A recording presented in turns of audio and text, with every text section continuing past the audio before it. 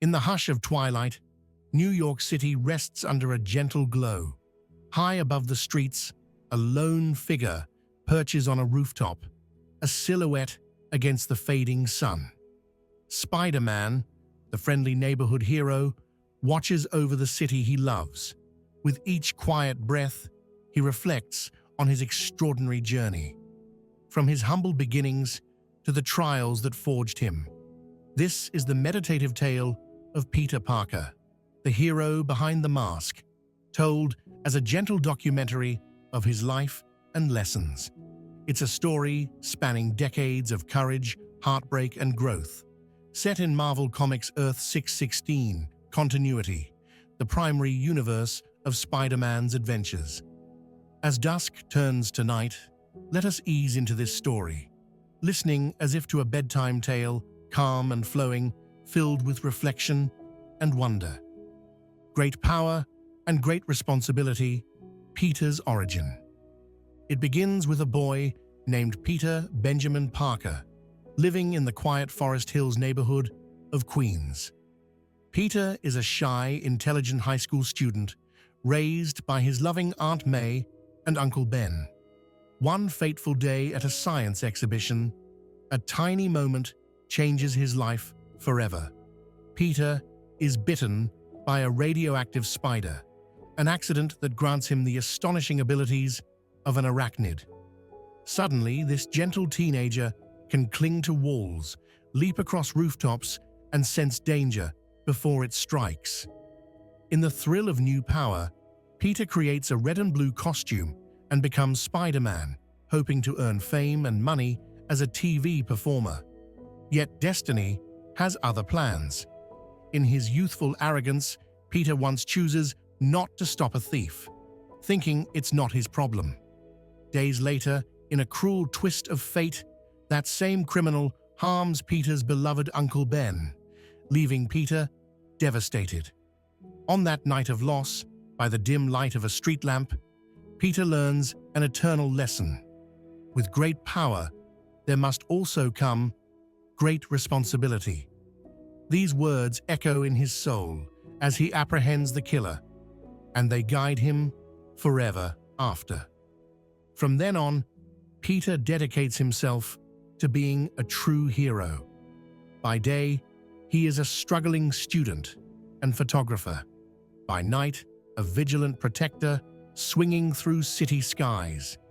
He balances homework with catching criminals and pays the rent by selling photographs of his masked alter ego to the Daily Bugle newspaper. Ironically, his boss, the irascible publisher J. Jonah Jameson, crusades against Spider-Man, painting him as a menace, even as Peter risks his life to save others. Through these early years, Spider-Man fights a colorful rogues gallery: the crafty chameleon, savage lizard, electrifying Electro, mischievous Mysterio, and more. Each battle tests Peter's wits and willpower. Each villain defeated, whether it's the high-flying Vulture or the menacing Sandman, teaches him more about responsibility and sacrifice. By the time Peter graduates high school and enters college at Empire State University, he's already a seasoned hero carrying the weight of a city on his shoulders. Formative years: friendship, love, and loss. In college, Peter's world grows wider. He makes new friends, like his kind-hearted roommate Harry Osborn, and meets a charming young woman named Gwen Stacy, who becomes his first true love. Gwen's warm smile and intelligence captivate Peter, offering him a taste of normal happiness amidst his hectic life. Meanwhile, Aunt May, always worried that Peter is lonely, introduces him to a vivacious neighbor, Mary Jane M.J. Watson. With her bright red hair and brighter personality, Mary Jane brings laughter into Peter's life. But at first, Peter's heart belongs to Gwen, and MJ remains a supportive friend on the sidelines. These years are a time of growth and challenge.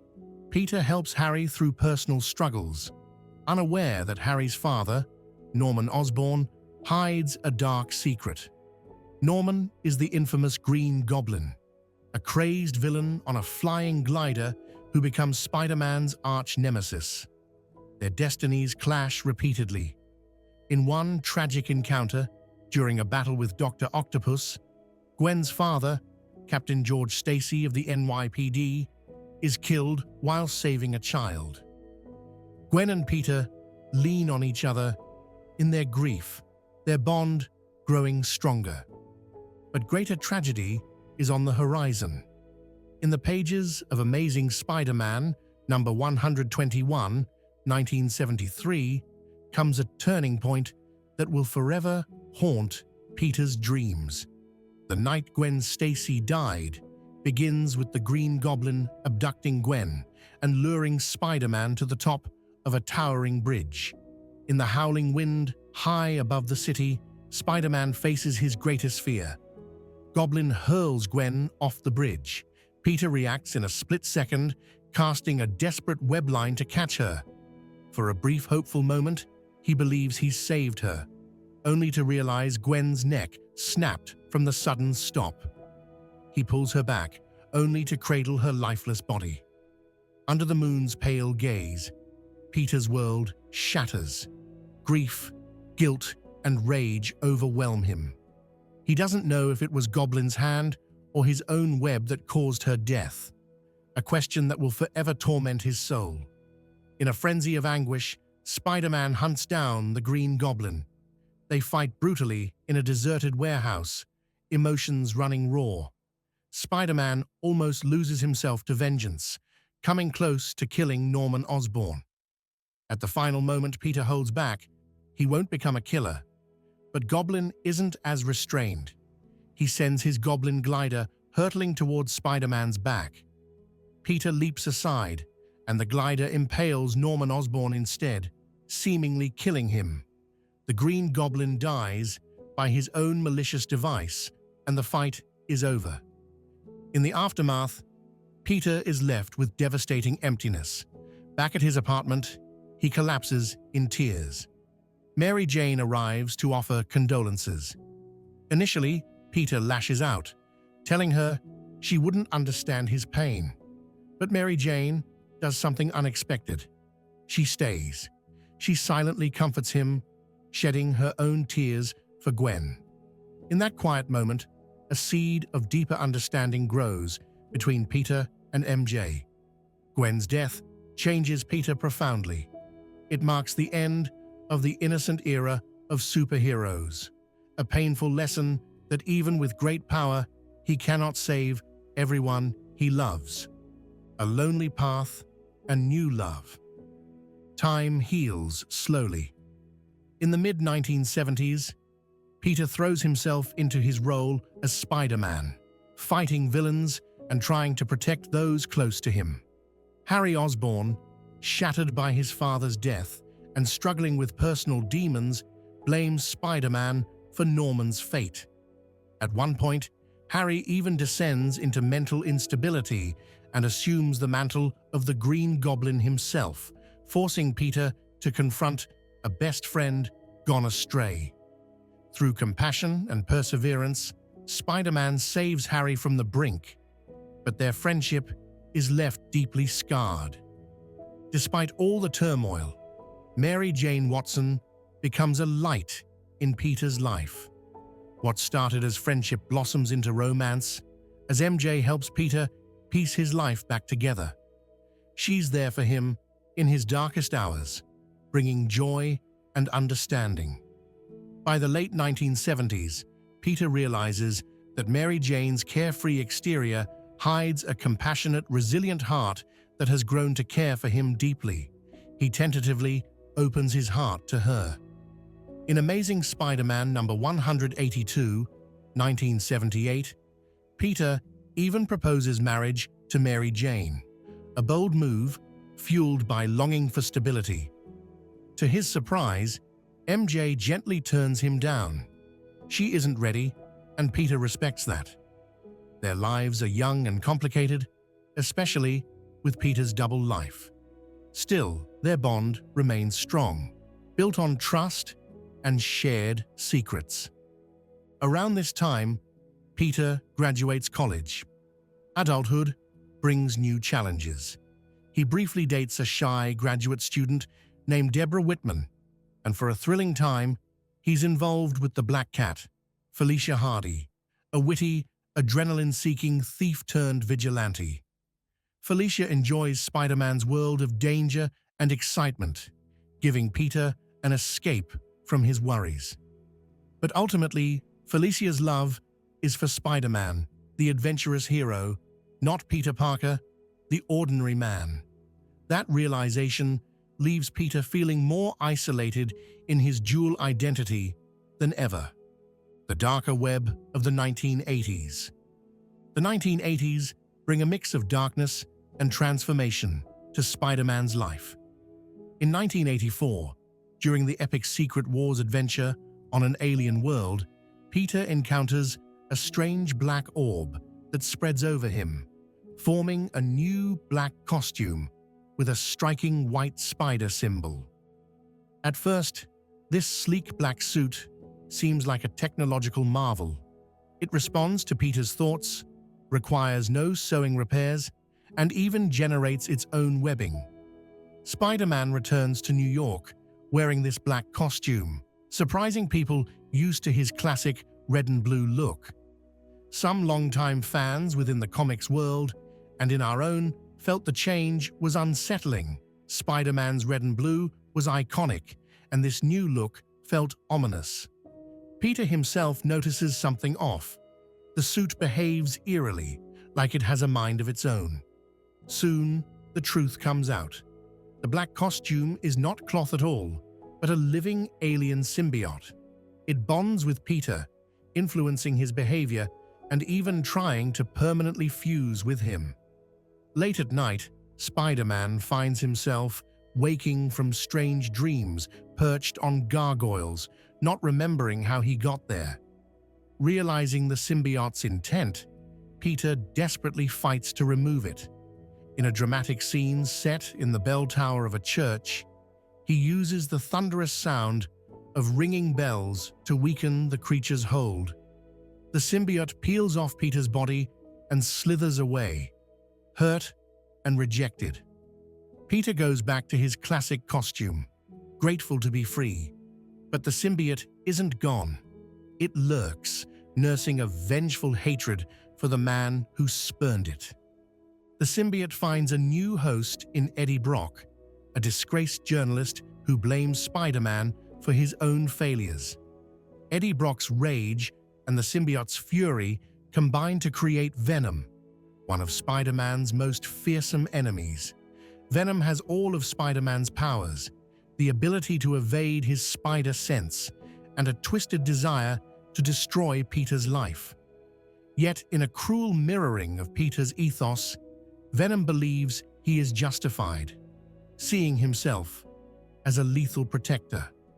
Their encounters are intense and personal. In confronting Venom, Peter must face his own dark reflection, the mistakes that gave birth to this black-suited adversary, and the line between justice and vengeance. Amidst these external battles, Peter's personal life takes a bright turn. His love for Mary Jane deepens once they reunite and overcome some misunderstandings. In Amazing Spider-Man numbers 290 to 292, 1987, Peter proposes to MJ again, and this time she says yes.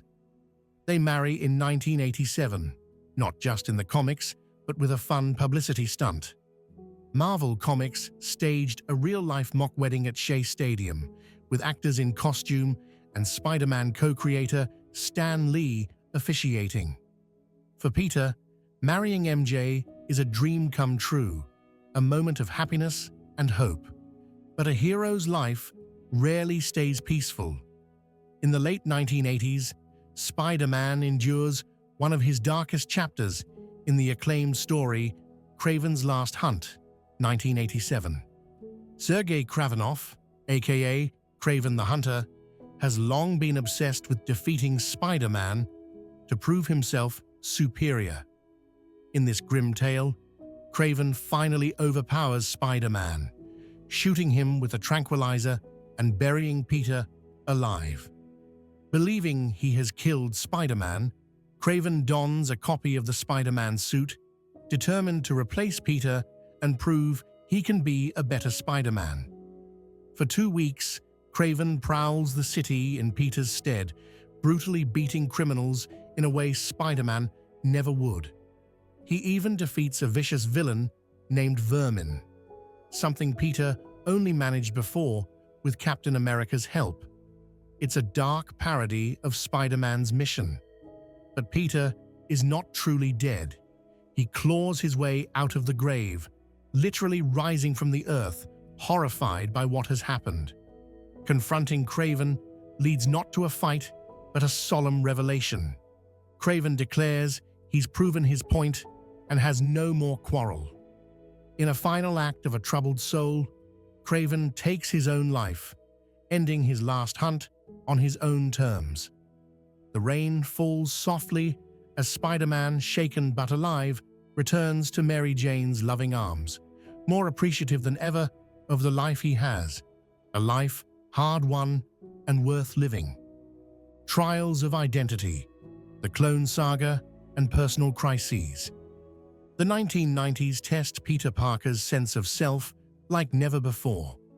The clone saga, a famously complex and controversial chapter, begins with the return of someone Peter never expected to see again, his own clone, created by the villainous Professor Miles Warren, the Jackal, years ago. This clone, who has been living under the name Ben Reilly, in honor of Uncle Ben and Aunt May's maiden name Riley, comes back into Peter's life when Aunt May falls gravely ill. Ben Reilly dons a costume and becomes the Scarlet Spider, fighting alongside Spider-Man and forging a brotherly bond with Peter. Then shocking news hits them both. Tests indicate that Ben is the original Peter Parker, and the Peter we know might be the clone. This revelation rocks Peter's very sense of identity. Suddenly, the life he's lived, his memories, his struggles, could be built on a lie. As Peter grapples with this, Mary Jane becomes pregnant with their child, offering a beacon of hope. For a brief time, Peter considers stepping back from being Spider-Man and letting Ben take over, especially if Peter is not the real one. The two men struggle with what this means. Who deserves to be Spider-Man? Who is Spider-Man?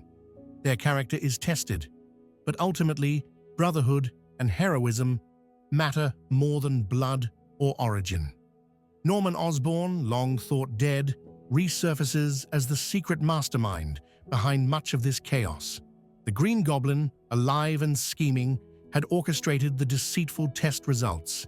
He wanted Peter broken and unsure.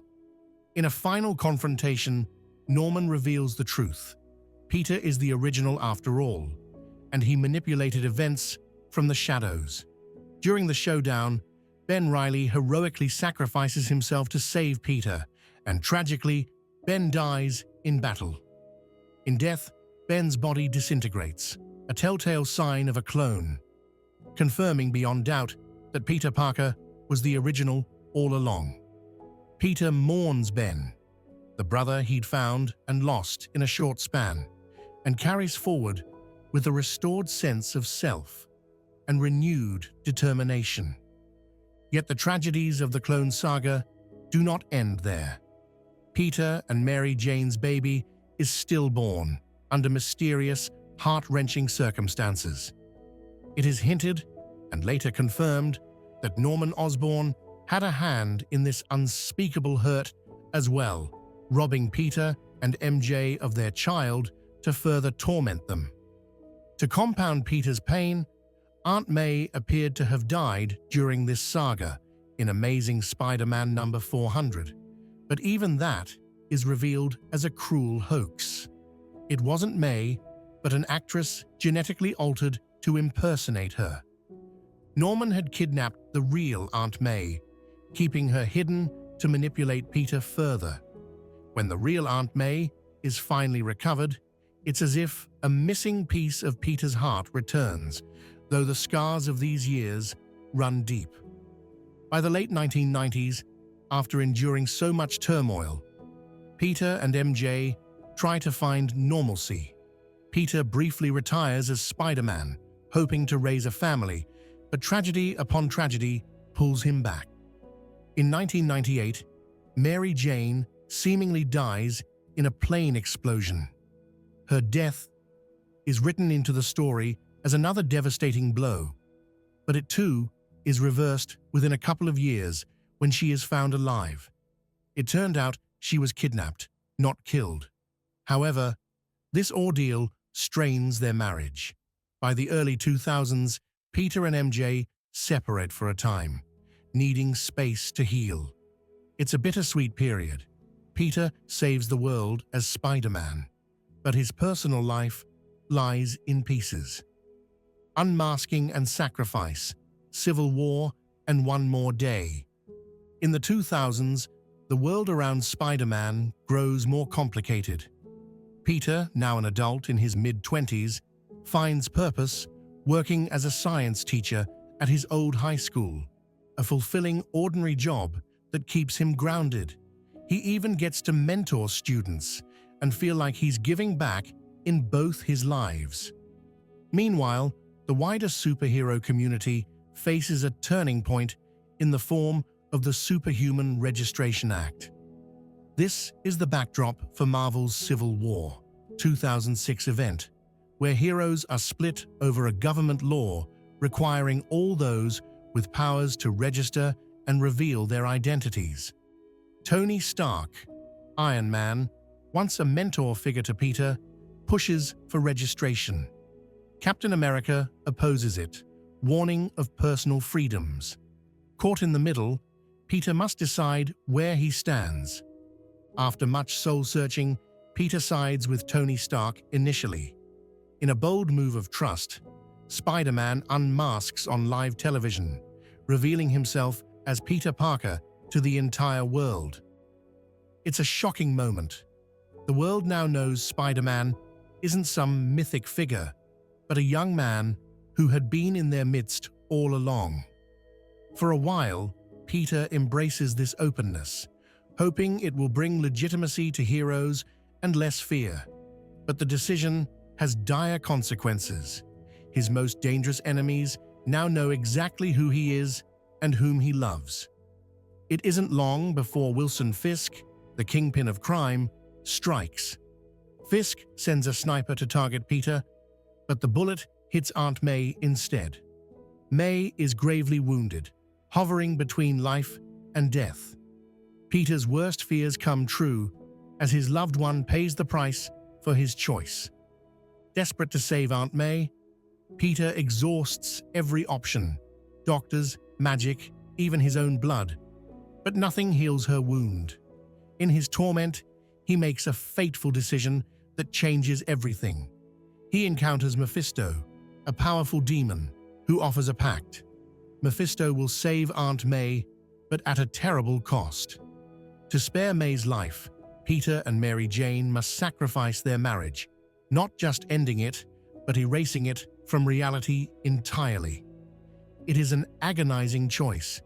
Peter and MJ love each other deeply, but they cannot bear to let May die, especially knowing it's because Peter chose to unmask. In a quiet, heart-wrenching agreement, they consent. They share one last embrace, a whispered goodbye to the life they knew.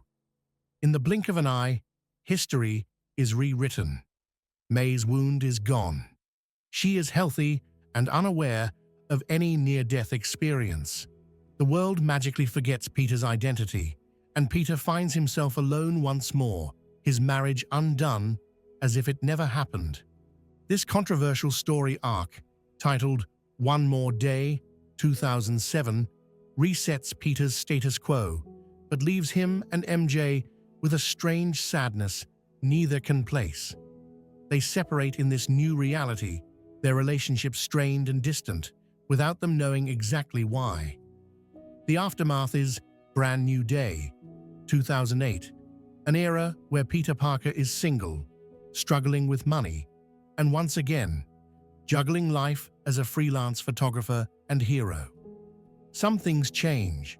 For example, Harry Osborn is mysteriously alive again. His death in the 1990s is retroactively undone, explained as having been in hiding in Europe. Some things remain constant. Aunt May is running a homeless shelter, still the guiding figure in Peter's life. Peter lives with May for a time and eventually finds a small apartment. It's as if a cloud of forgotten heartbreak hangs over Peter and Mary Jane. They remain friends, but a certain warmth between them is missing. Neither remembers the Mephisto deal, yet in quiet moments, a faint ache lingers, like a half-forgotten dream of a life where they were happy together. For Peter, this new chapter is both a relief and a loss. He has his secret identity back, meaning he can protect his loved ones again. But the cost was heavy. In a reflective mood, swinging through the city on a crisp morning, he ponders the nature of sacrifice. He saved May, the woman who raised him. Yet at the same time, he lost the love of his life. The world moves on around him. He returns to the Daily Bugle, under new management after Jonah Jameson suffers a heart attack and sells the paper. He faces fresh enemies and finds new allies. Life, as always, is a mix of toil and hope. In his heart, Peter recommits to his role, protecting others, no matter the personal cost. It is both his burden and his solace. The path he chose long ago when Uncle Ben died. The path of responsibility. The hero's evolving legacy. Spider-Man and Spider-Verse. As the years pass into the 2010s, Peter continues to grow and evolve. He forges new friendships and even steps beyond his familiar roles. For a time, he becomes a full-fledged member of the Avengers, standing beside legendary heroes like Captain America, Iron Man, and Thor. Living for a while in Stark Tower with Aunt May and MJ before the Mephisto deal, he experiences being part of a larger hero family. Later, he balances solo heroics with teamwork, always guided by his moral compass. One of Peter's most startling challenges arrives not from a conventional villain, but from one of his oldest enemies in an unexpected way. Dr. Otto Octavius, Dr. Octopus, dying and desperate, manages to swap his mind into Peter's body and Peter's mind into Otto's failing body. In that terrifying moment, Spider-Man effectively dies in his own body, trapped as a flicker of consciousness in Otto's mind. Otto Octavius, now in control of Peter's body, seeks to prove himself as a better Spider-Man, a superior Spider-Man as he calls it. At first, Otto's methods are ruthless. He uses Spider-Man's powers with an aggressiveness and ego that Peter never would. He even tries to outdo Peter's legacy by founding Parker Industries, using Peter's scientific genius to build a tech empire and fight crime with more efficiency. But as Otto lives out Peter's life, protecting the city, caring for Aunt May, even finding love with a woman named Anna Maria, he begins to understand the depth of Parker's values. Peter's memories and fundamental goodness influence Otto, showing him what, with great power comes great responsibility, truly means. When a new crisis with the Green Goblin arises, Otto realizes he cannot win as Spider-Man because he lacks Peter's heart and instinct. In a moment of humility, Otto relinquishes control, allowing Peter's consciousness to regain his body and save the day. Peter returns, grateful for his life and determined to repair any damage done during Otto's tenure. This bizarre episode leaves Peter with a strange gift. He sees that even an enemy can learn the value of responsibility and heroism. It's a testament to the enduring spirit of Spider-Man, capable of inspiring even a former foe. By the mid-2000s teens, Spider-Man discovers he is not as unique as he once thought.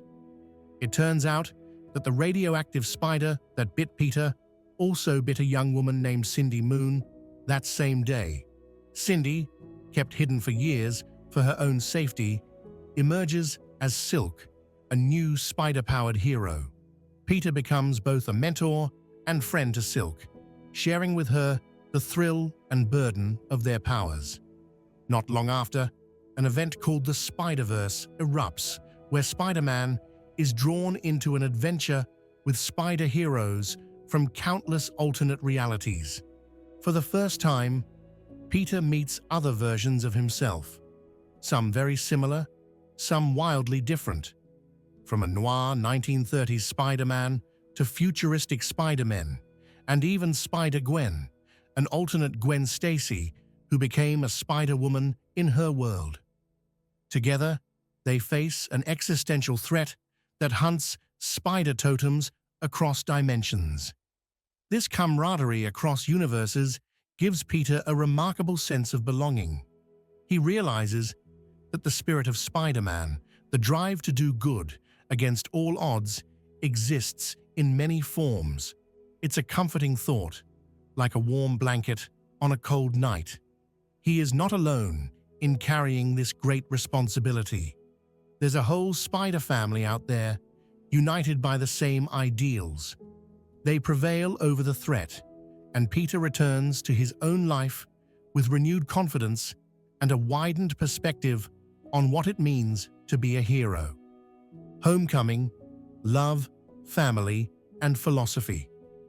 In recent years of his journey, Peter Parker comes full circle to many of the core elements of his life. He rekindles his romance with Mary Jane Watson, finding their way back to each other. After all the lost years and altered realities, their bond proves resilient. Mary Jane, having built a career of her own and proven her strength time and again, stands as Peter's equal and partner. They support each other through life's ups and downs, content in simply being together in the present. Aunt May, always a cornerstone of Peter's life, finds happiness in remarriage. She weds J. Jameson, J. Jonah Jameson's estranged father, which surprisingly makes Jonah a sort of family to Peter now. It's an unexpected, humorous twist of fate that the man who once vilified Spider-Man is now Peter's relative. Over time, Jonah himself softens and even comes to begrudgingly respect Spider-Man, especially after learning Peter's secret in one storyline. Their relationship remains a mix of antagonism and admiration, like two old lions who fought and gained mutual esteem. Peter's best friend, Harry Osborn, also returns to the fold. Though Harry suffered greatly from his father's legacy and even died at one point, he is alive in the Brand New Day era and works to be a better man than Norman was. Harry and Peter mend their friendship with effort and forgiveness. They will never forget the pain of the past, but they refuse to let it define their futures. Through all of these personal evolutions, certain themes shine brightly in Spider-Man's story.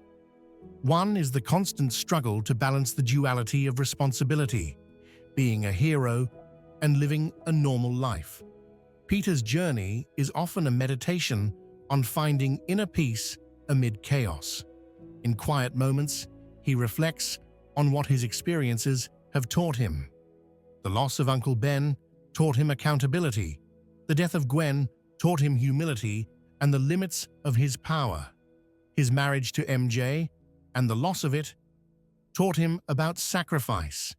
His encounters with other heroes taught him about unity and leadership. And passing the torch, temporarily, to Otto taught him about the importance of heart and conscience in being a hero. Each trial was a thread woven into the tapestry of his life, making the fabric stronger. Major battles and enemies tested Spider-Man's resolve, but also molded his philosophy. Against Green Goblin, Norman Osborn, he learned the perils of personal vendetta and the tragic fallout of obsession. Norman's shadow loomed over Peter's life, always reminding him how easily hatred can consume. Against Dr. Octopus, Peter learned adaptability and the value of intellect. Many times, Otto's brilliant yet twisted mind pushed Peter to think outside the box to save the day. Facing Venom, Peter confronted his own guilt and saw how easily the line between hero and monster can blur when anger takes hold. Each villain in Spider-Man's pantheon, from Kraven's desperate honor to Mysterio's illusions, Sandman's search for belonging, or Electro's rage at a world that wronged him, provided a mirror of some human struggle. And often, Peter showed empathy to his foes, not just fists. He saved enemies from death, given second chances, and tried to talk them down from darkness. His battles are not just physical, but moral battles for their souls and his own. Conclusion: the meditative night of a hero. Now, we find ourselves again in the quiet night of the city. Spider-Man sits on a familiar ledge, mask off, feeling the cool breeze on his face. In the dim glow of streetlights below, he sees the city he has given so much to protect. It's a patchwork of memories. Every brick and alleyway holds a story. Over there is the school where he first felt truly confident as a science whiz. Across the river stands the bridge where he faced heartbreaking failure and said goodbye to innocent love. Somewhere downtown, the Daily Bugle's neon sign buzzes, reminding him of years of being labeled a menace by a man who now, ironically, must accept him as family. Not far away is the church spire, where he wrestled with his own darkness and emerged reborn. Every corner of New York is part of Peter Parker's soul. As the stars twinkle above, Peter's thoughts drift in a gentle reflection. What a journey it has been. He recalls the youthful boy who dreamt of being a famous scientist, the thrilled teenager showing off new powers, and the sobered young man standing over his uncle's grave, swearing to make amends. He remembers the joy of swinging through skyscrapers for the first time, feeling free and alive, and the crushing weight of holding Gwen's lifeless body in his arms. He can still hear Aunt May's kind voice telling him to have faith, and Mary Jane's laughter cutting through his gloom like sunshine. There were days he felt invincible, and days he could barely get out of bed under the burden of guilt or loss. Through it all, he kept going, because Spider-Man never quits, and Peter Parker is the reason why. His heart, his enduring empathy, and his belief in doing the right thing carry him forward. In a soft voice, we might imagine Peter narrating to himself as if in a journal. No matter how tough it gets or how many times I fall, I have to rise again. Because there are people who need help. Because I have been given much and must use it for good. And because it's who I am. The simple philosophy Uncle Ben imparted, great responsibility, has become the mantra of his life, a calming guide even in turmoil. It's why, after all these years, Peter can sit here in the dark, not with despair, but with a gentle smile. He knows he has made a difference. The city sleeps safer tonight because he cared. Finally, as the night deepens and most eyes close in slumber, Spider-Man pulls on his mask one more time. He leaps from the rooftop and swings into the starry sky. The camera of our mind's eye follows him in a slow, graceful arc across the moon, a silent guardian watching over New York. In this meditative stillness, we understand that Spider-Man's story is not just one of thrills and villains, but of the quiet heroism of an ordinary man. It's about learning and growing, loving and losing, and always, always persevering. His journey through Earth 616, every trial and triumph, has been about becoming not just a superhero, but a better person. And so, this documentary of Spider-Man's life comes to a peaceful close. We leave him swinging gently on his web, a small red and blue figure against the vast night sky, moving ever forward. Peter Parker, Spider-Man, a hero forever, forged by responsibility and tempered with compassion. In the end, his story reminds us that even in a world of marvels, it is a kind heart and unwavering resolve that shine the brightest.